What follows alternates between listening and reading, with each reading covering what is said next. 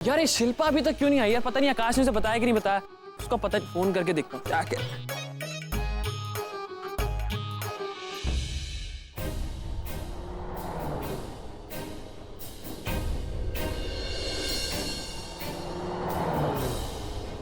शिल्पा, शिल्पा मैं यहाँ हूँ। ये लीजिए। मिसेस कपूर, आपने वो इटालियन सैलेड ट्राई किया? Dimpi, Ragini, what a pleasant surprise. तुम यहाँ पार्टी में। I am so happy to see you. मैं पार्टी में नहीं आई हूँ डिम्पी, मैं आरव को ढूंढ रही हूँ। कहाँ है वो? आरव यहीं तो था। हो सकता है फूड सेक्शन में या डांस फ्लोर पे हो। निवेदिता कहाँ है? निवेदिता?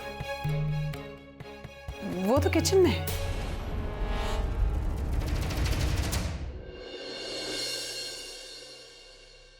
नील, तुम आ गए? अच्छा हुआ। देखो ना, आज अगम का बर्थडे है, बाहर इतनी बड़ी पार्टी चल रही है, तो मैंने सोचा मेरे तरफ से भी कोई गिफ्ट तो बनता ही है ना, इसीलिए एक स्पेशल डिश बना रही हूँ मैं उसके लिए। पर ये सब कुछ मेरे लिए बहुत नया है, पता है। आई मीन दिस किचन, ये सब कुछ, बट थैंक्स टू डिम्पी, उसने सब कुछ परफेक्टली सेट कर दिया है। पता नहीं वो कैसे मैनेज करती है सब कुछ। सुपर वुमन है वो। बस ये केक अच्छे से बन जाए, मैं आगम को सरप्राइज देना चाहती हूँ। काश एक दिन मैं भी ये सब। ऐसे क्या देख रहे हो मेरी तरफ? हंस क्यों रहे हो? जोकर हूं मैं? नहीं, वो तुम्हारे माथे पर। ओह, देखो ना मेरे हाथ में ये सब कुछ लगा हुआ है। प्लीज हेल्प कर दो, प्लीज ये टिश्यू पोंछ दो ना नील, please. Thank you.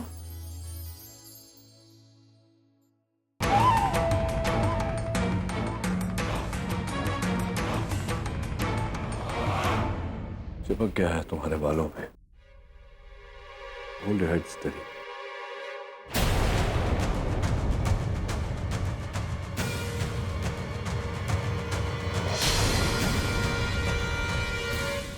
I'm sorry, मैं शायद गलत वक्त पर आ गई। Please continue. रागिनी, तुम गलत समझ रही हो रागिनी। गलत एक बार समझ सकती हूँ निवेदिता, बार बार नहीं। रागिनी मेरी बात तो सुनो। देखो ये मेरे फोरहेड पे। You don't owe her an explanation. इन्हें समझाने की कोई जरूरत नहीं है तुम्हें। लेकिन तुम क्या करते हो इससे मुझे कोई फर्क नहीं पड़ता। हाँ, लेकिन मुझे जानना है कि तुम यहाँ पर क्या कर रही। मुझे अपने बच्चों की फिक्र है।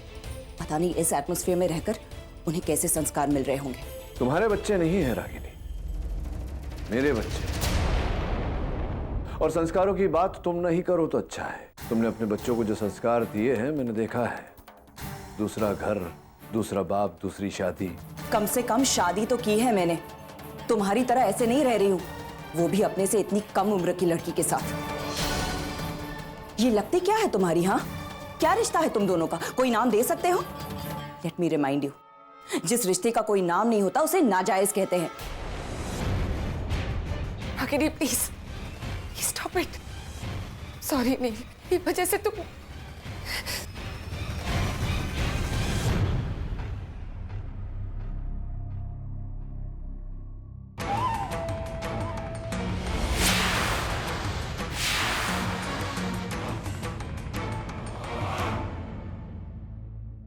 रागिनी, तुम जानती भी नहीं हो तुमने क्या किया। मुझसे इस टोन में बात मत करो तुम। You know I don't like it. और गलत क्या कहा है मैंने? जो देखा है वही कहा है। आज मैं कह रही हूँ, कल सारी दुनिया कहेगी। किस किस को रोकोगे? हाँ रागिनी, सुना था मैंने कि वक्त के साथ इंसान बदल जाता है, लेकिन तुम्हारे सामने तो बेचारा वक्त भी हार गया। ये जो पुरानी आदत है तुम्हारी, बिना समझे बिना जाने किसी कंक्लूजन पर, किसी नतीजे पर पहुंच जाना, I think it's high time that changed. और ये जो तुम छोटा सा अपना ब्लेम गेम खेल रही हो ना, इससे मुझे कोई फर्क नहीं पड़ता। मुझे भी तुमसे बहस करने में कोई इंटरेस्ट नहीं है। मैं सिर्फ अपने बेटे आरव को यहाँ से लेने आई हूँ। और कल जब आगम मेरे घर आया था तब तो तुम्हें बड़ी प्रॉब्लम हो गई थी। आधी रात को मेरे घर पहुंचकर मुझे डराया, धमकाया, मुझे अपने ही बेटे के साथ बुरा सलूक करने पर मजबूर किया, मुझे उसकी नजरों में गिरा दिया। और आज मेरे बेटे आरव को खुद अपनी पार्टी में इनवाइट किया है। लगता है मुझे डील याद दिलाने वाले खुद अपनी डील भूल गए हैं। एक्सक्यूज मी, आरव यहाँ आया है? I am sorry, I didn't know कि वो यहाँ आया है, क्योंकि मैंने तो उसे बुलाया नहीं। और जो बदसलूकी कल तुमने आगम के साथ की है, मुझे नहीं लगता कि आगम ने भी उसे बुलाया होगा। अरे वाह, बड़ा कॉन्फिडेंस है तुम्हें, लेकिन तुम्हारी परवरिश में वो दम नहीं है कि तुम्हारे बच्चे तुम्हारी बात। मुझे तुमसे सीखने की जरूरत नहीं है रागिनी। मैंने अपने बच्चों को कैसी परवरिश दी है मैं अच्छी तरह जानता हूँ। जाओ तुम संभालो अपने बच्चों को, अपनी बेटी को जो किसी को भी अपने घर बुला लेती है, और तुम्हारे बेटे आरव को जो बिना बुलाए ही लोगों के घर चले जाता है। Stop it. मेरा बेटा बिन बुलाए यहाँ कभी नहीं आएगा। आई एम श्योर तुम में से ही किसी ने उसे यहाँ इनवाइट किया होगा, और वो बेचारा नहीं जानता था कि उसकी माँ ने घर पे उसके लिए बर्थडे पार्टी अरेंज की थी, वरना यहाँ कभी नहीं आता। और तुम्हें क्या लगता है तुम अपने पैसों से मेरे बच्चों को अपने करीब कर लोगे? नो वे। तुम्हारे पैसे, बंगला, गाड़ी, इन सब चीजों में उनको कोई इंटरेस्ट नहीं है, क्योंकि उनके लिए उनकी माँ का प्यार सबसे ज्यादा मायने रखता है। एनीवे, तुम जाओ अपनी निवेदिता के पास, मैं अपने बेटे को ढूंढ लूंगी।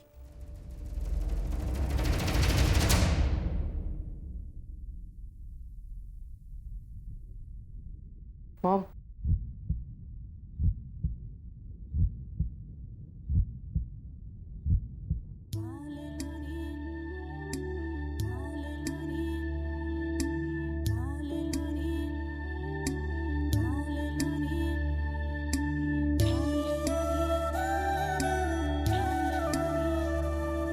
पता है लोग जो कहते हैं वो सच है। बर्थडे कैंडल्स ब्लो करते वक्त आप जो भी विश मांगो वो पूरी होती है। मैंने इस साल यही विश मांगी थी कि मुझे अपना बर्थडे अपने मॉम के साथ ही सेलिब्रेट करना है। And look, you are here. Thank you so much. पर 2 घंटे से सेलिब्रेशन चल रहा है, सब लोग बहुत एंजॉय कर रहे हैं, बहुत फन कर रहे हैं। मैं भी बहुत खुश था, बट अंदर ही अंदर एक चीज मिस कर रहा था। मॉम आपको बहुत मिस कर रहा था। Look, you are here. आज ये बर्थडे मेरी परफेक्ट बर्थडे है, believe me. Thank you so much. मैंने कल तुम्हें इतना डांटा, तुम्हारी इतनी इंसल्ट की, फिर भी तुम मेरा इंतजार कर रहे थे। मैं जानता हूँ कि आप मुझसे प्यार नहीं करते हो, आपके दिल में मेरे लिए कोई जगह ही नहीं है। पता नहीं क्यों आपकी डांट भी मुझे बहुत अच्छी लगती है। आज तक मुझे किसी ने डांटा नहीं ना, शायद इसलिए। आपके 3 बेटे हैं, लेकिन मेरी तो एक ही मॉम है, और कोई मॉम को बदल भी नहीं सकता। आप चाहे कितनी भी नफरत कर लो मुझसे, मैं चाहूं भी तो आपसे नफरत नहीं कर सकता। आप 10 बार मुझे घर से निकाल दो, मुझे आपसे कोई शिकायत नहीं होगी। मैं वापस आ जाऊंगा, सिर्फ आपकी डांट खाना है। आपकी डांट में मुझे अपनापन मिलता है। कम से कम उस बहाने आप मुझसे बात करोगे।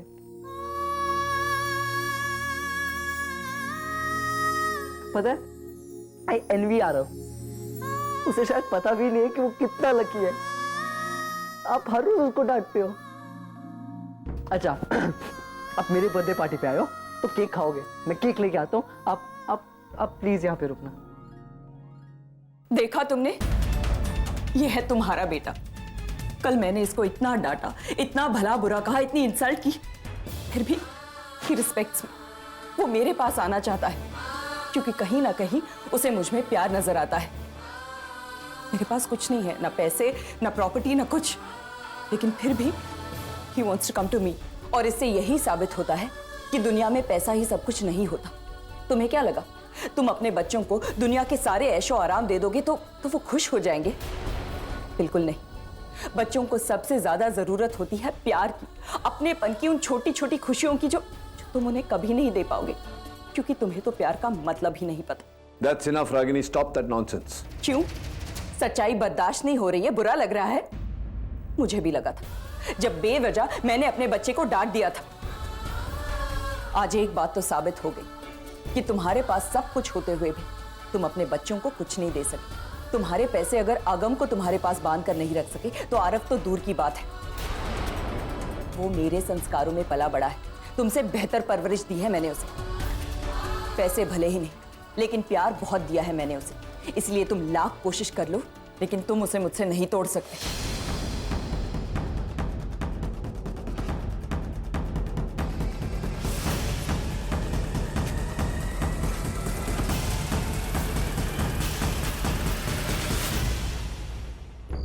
गलती उसकी नहीं है, अगर उसके पास कार है तो वो मेरे साथ बाइक पर क्यों आएगी? अगर मैं भी आगम और रणबीर की तरह आरव नचिकेत खन्ना होता तो आज शिल्पा मेरे साथ होती। बट अनफॉर्चुनेटली मैं आरव पटेल हूँ, जो उन दोनों की किस्मत में है, मुझे कभी नहीं मिल सकता। आरव, आरव, बेटा तू यहाँ खड़ा है। मैं कब से तुझे अंदर ढूंढ रही थी। I was so scared. तंग आ गया होगा ना उस पार्टी से। मैं जानती थी बेटा, ये दुनिया तेरे लिए है ही नहीं। यहाँ सिर्फ पैसे की बर्बादी और दिखावा है। That's it. तुझे यहाँ आना ही नहीं चाहिए था, लेकिन आई एम श्योर लोगों ने तुझे प्रेशराइज किया होगा, है ना? मैं अपने बेटे को जानती हूँ। बेटा बड़ा हो के ना तू भी सक्सेसफुल बनेगा, लेकिन इन लोगों की तरह नहीं। इन्हें तो पैसे की कोई वैल्यू ही नहीं है। केक, खाना, सब कुछ यहाँ वहां बिखरा पड़ा था और लोग शराब के नशे में बेटा तू चल यहाँ से। ये माहौल तेरे लिए ठीक नहीं है। Come let's go. मुझे घर नहीं जाना। मैं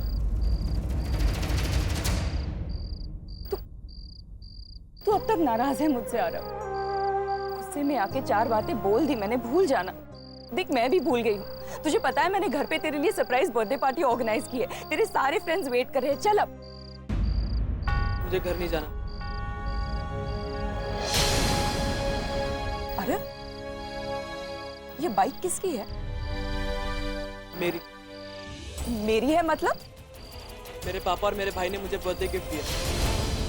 मैंने अपने पापा के साथ फर्स्ट बर्थडे सेलिब्रेट किया और देखो बाइक दी उन्होंने मेरे को, ब्रांडेड बाइक। और आपसे मैं 3 साल से जिद कर रहा था कि माँ मुझे बाइक दिलवा दो। आपने सेकंड हैंड क्या थर्ड हैंड तक बाइक नहीं दिलवाई मुझे अब तक। और अब क्या बार बार घर जाने की बात कर रहे हो? नहीं जाना मुझे यार घर पे। मुझे इन लोगों के साथ रहना, इन लोगों के जैसा बन के रहना। मुझे आरव नचिकेत खन्ना बन के रहना। माँ मुझे नहीं जाना वापस। ये तू क्या बोल रहा है आरव? माँ अगर बचपन से मैं अपने पापा के साथ रहता ना तो शायद मेरी हालत ऐसी नहीं होती। आपने मुझे और आगम को कितनी बार एक साथ देखा है? आपने कुछ फर्क महसूस किया है? शायद नहीं किया होगा माँ। मैं आपको बताता हूँ, एक माँ के 2 बच्चे, दोनों का जन्म एक साथ एक ही वक्त पर हुआ, एक ही जगह पर हुआ, लेकिन दोनों में सिर्फ 3 मिनट का फर्क। और इस 3 मिनट ने मेरी जिंदगी बदल दी माँ। आज आगम के पास सब कुछ है जो मेरे पास नहीं है। आगम के पास ऐशो आराम की जिंदगी, मेरे पास कुछ नहीं है।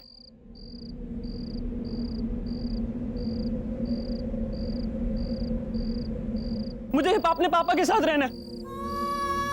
मैं जब भी हमको कपड़े खरीदने होते हैं ना, आप हमें फैशन स्ट्रीट ले जाती है और हमको फिर वो उन्हीं गलियों के सड़े गले कपड़े पहनने पड़ते हैं, जबकि हमारा मन भी करता है कि हम ब्रांडेड कपड़े ले, ब्रांडेड कपड़े पहने। ये देखो माँ, ये कपड़े मेरे, मुझे शर्म आती है सबके सामने ये कपड़े पहनते हुए। एक तो कपड़े ऐसे और जेब खाली। पिछले 2 सालों में सिर्फ आपने हमारी 100 रुपए पॉकेट मनी बढ़ाई है माँ, जिससे मेरा कुछ नहीं होता। अपने फ्रेंड्स के लिए मैं कुछ नहीं कर सकता। एक तो हमारा घर ऐसा कि मैं अपने फ्रेंड्स को भी नहीं बुला सकता, और न ही मेरी औकात है कि मैं उनको बाहर लेके जा सकता हूँ माँ। मुझे अपने पापा के साथ। आरव! माँ मैंने ऐसा क्या गलत कहा? आगम और रणबीर ने मुझसे हमेशा से बेटर लाइफ जी है। माँ आपको पता है लोग मुझे और आगम को कंपेयर करते, they feel I am zero, I am nothing. और ये सब आपकी वजह से हुआ है माँ। आपके हाथ में था तलाक के बाद अपने बच्चों को बांटना। आप किसी और को चुनते तो मेरी लाइफ तो बच जाती। आई डोंट नीड यू माँ। मुझे पापा के साथ रहना है, सिर्फ पापा के साथ रहना है। मुझे आपके साथ नहीं रहना।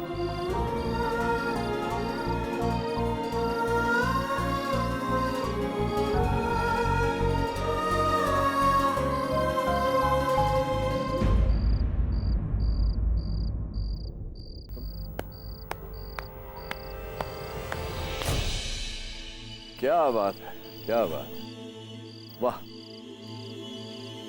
क्या परफॉर्मेंस देकर गया तुम्हारा बेटा आरव।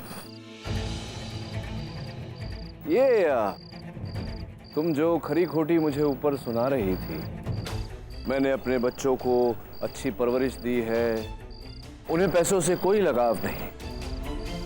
माँ के प्यार से बढ़कर इस दुनिया में उनके लिए और कोई चीज नहीं। क्या क्या हुआ? आरव की बातों में तो मुझे ऐसा कुछ नहीं दिखा। अचानक कहाँ चला गया वो प्यार? और तुमने दावा किया था कि मेरे बच्चे तुम्हारे साथ आकर रहना चाहते हैं।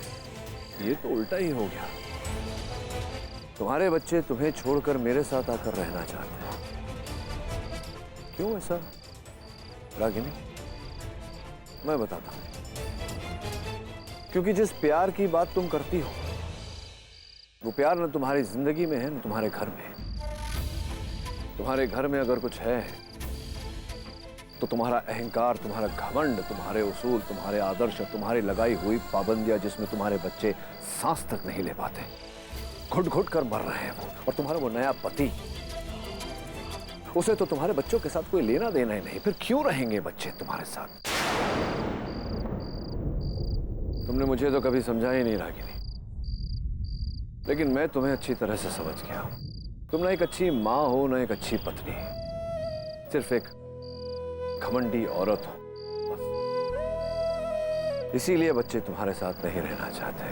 वैसे मेरा बेटा तुम्हारे घर आया था, तुमसे गले भी लगा, लेकिन कभी मुझसे ये नहीं कहा उसने कि वो मुझे छोड़ कर जाएगा। लेकिन तुम्हारा बेटा तुम्हारे मुंह पर यह कहकर गया कि वो तुम्हें छोड़कर मेरे पास आकर रहना चाहता है।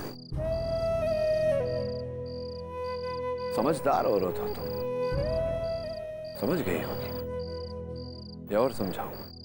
शायद तुम सही कह रहे हो। मेरे बच्चे मेरे साथ रहना ही नहीं चाहते। वो तो मुझे कोस रहा था कि क्यों मैंने उसे चुना। आज मैं हार गई।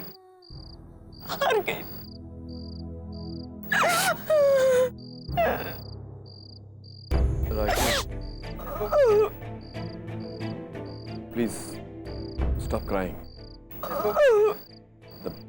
इसमें रोने वाली क्या बात है? ऊपर तुमने इतना बड़ा लेक्चर दिया मुझे प्यार और संस्कारों पर, मैं तो नहीं रोया। गुस्से में आकर 2-4 शब्द बोल दिए तुम्हें। मेरे बोलने का यह मतलब नहीं था रागिनी। सही कहती हो तुम, जहां रुपया पैसा होता है वहां जज्बात होते ही नहीं है। रागिनी प्लीज, तुम जानती हो मैं तुम्हें रोते हुए नहीं देख सकता।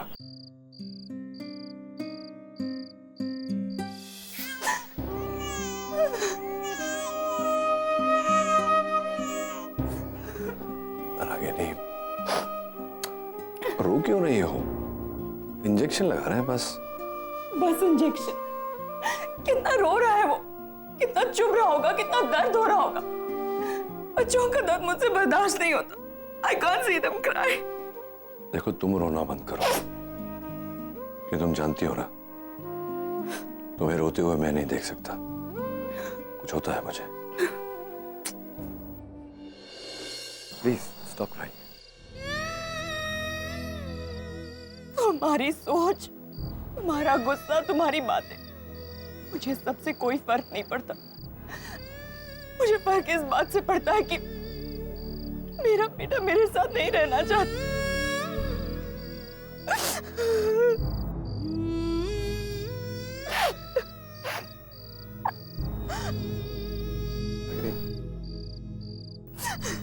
रागिनी,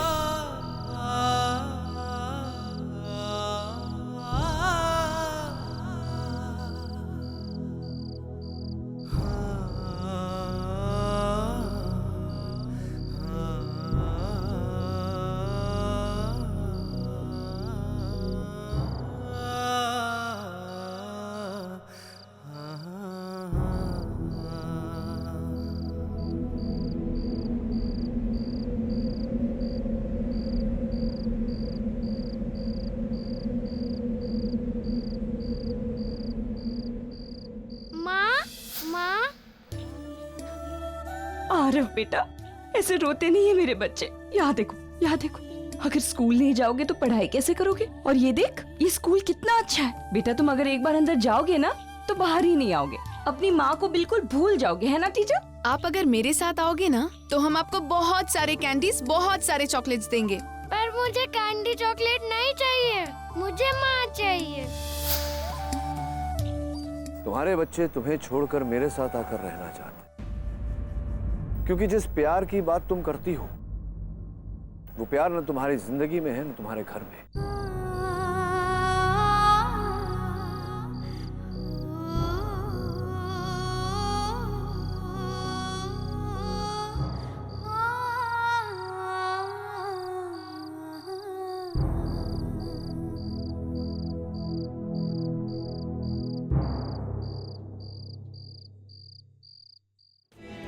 आरव ने आज उसे बहुत कुछ सुना दिया, बहुत बुरा लगा होगा उसे,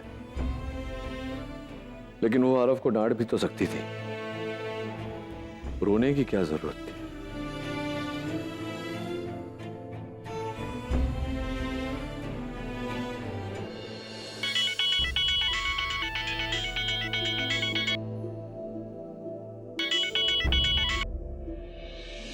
हेलो, वो थोड़ी देर में घर लौट रही है, संभाल लेना उसे। हाँ, शी इज एक्सट्रीमली हर्ट। आज बहुत दिल दुखा है उसका। किसने किसको बोल दिया? कौन आ जाए? कौन बोल रहे हैं आप? इतनी रात को मजाक मत करो प्लीज, सोने दो। ये बहुत सो लिया आपने, अब आपके जागने का वक्त आ गया है। वहाँ वो बेचारी रो रही है और आप। कौन रो रहा है? आपकी वाइफ। मेरी वाइफ? तो आपको अब याद दिलाना पड़ेगा आपकी वाइफ के बारे में। डॉक्टर नील, आप? यस डॉक्टर अमन, यहाँ बहुत कुछ हो गया आज। आरव ने अपनी माँ को बहुत खरी खोटी सुनाई। शायद उसे ऐसा नहीं कहना चाहिए था, गलत नहीं था वो जो कह रहा था, सही कह रहा था, लेकिन उसके बोलने का तरीका गलत था। हाँ मैं समझ रहा हूँ। रागिनी ने तो गलतियां की है लाइफ में, उसी के बारे में आरव उसे बोल रहा था, लेकिन शायद रागिनी हैंडल नहीं कर पाई। वैसे डॉक्टर अमन, अपनी जिंदगी में जिद होना अलग बात है, कि बच्चों पर अपनी जिद नहीं थोप सकते, अपनी मर्जी नहीं थोप सकते। उनकी अपनी जिंदगी होती है, अपने एक्सपेक्टेशंस होते हैं, अपनी सोच होती है, अपनी तरीके से जीने देना चाहिए। खैर जो हुआ वो हुआ। आरव ने तो सुनाया ही, मैंने भी गुस्से में आकर 4 शब्द कह दिए। तो आप तो जानते हैं कि रागिनी किसी के सामने आंसू बहाएगी नहीं, कहीं जाकर अकेले में। आपका मतलब वो अकेली? मैं आपको क्यों बता रहा हूँ ये सब, आप तो पति हैं उसके।